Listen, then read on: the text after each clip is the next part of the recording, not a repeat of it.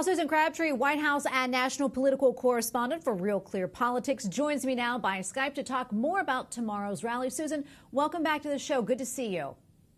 Great to see you too, Tracy.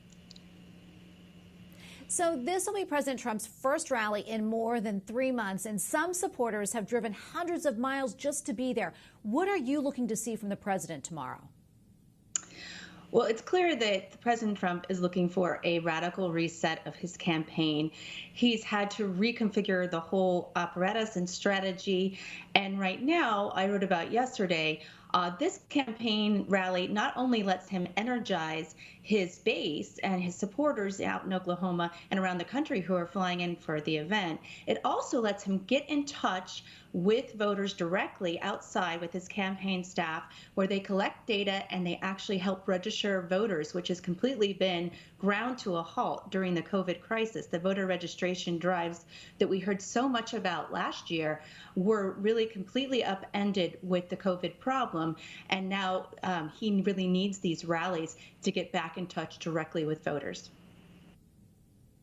Susan, what do you make of the timing of this rally and its possible boost for his campaign?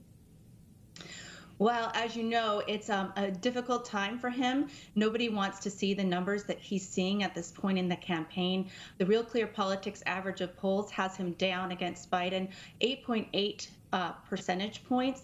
If you look back at the same time in June of 2016, Hillary Clinton was up 1.5 over Trump, allowing Trump sort of overtake her. There was not this big wide margin. As you know, the Trump campaign really doesn't take these polls. They said that they're can be wildly off base. So it's really about mobilizing his voters. So that's critical right now. You'll see Donald Trump, as we've seen him before at these rallies, ever the showman, reality star, ringleader, leading these raucous crowds. So he's going to be back on very familiar turf for him and very comfortable turf. Well, Susan, you mentioned Joe Biden. Earlier this week, he announced that his campaign raised $81 million in May, making it his strongest fundraising haul ever. How do you think his campaign is doing overall? Well, I think, it's since May, he had a 5 percentage point advantage in May. He seems to be taking more of a quieter approach, letting Donald Trump be out front, handling all of these multiple crises. He did put out his own plans, but he has been trying to get out of the basement, so to speak, of his Delaware home and get back in touch with voters. He's had some trouble doing that, but he's not engaging like Donald Trump is engaging with these tweets, and there's a lot of controversy involved with the racial unrest going on in the country that has really, we've seen Donald Trump's numbers really plummet in recent weeks since the Memorial Day problems with George Floyd's death and the protests across the country, and his handling of those protests has been a problem for Donald Trump. So Biden is benefiting by taking more a steadier, sort of quieter approach, it seems. And the truth, of course, will be in how each can mobilize their voters to either turn out,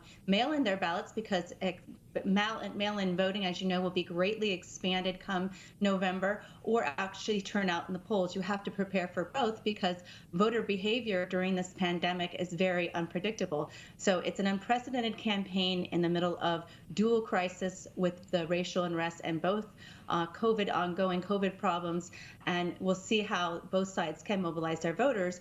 But the story I did the other day was that the voter registration drives that they were so saying were so important, especially in states like Florida, have really not produced what they wanted to because they were unable to register those voters in great numbers in person with the COVID crisis.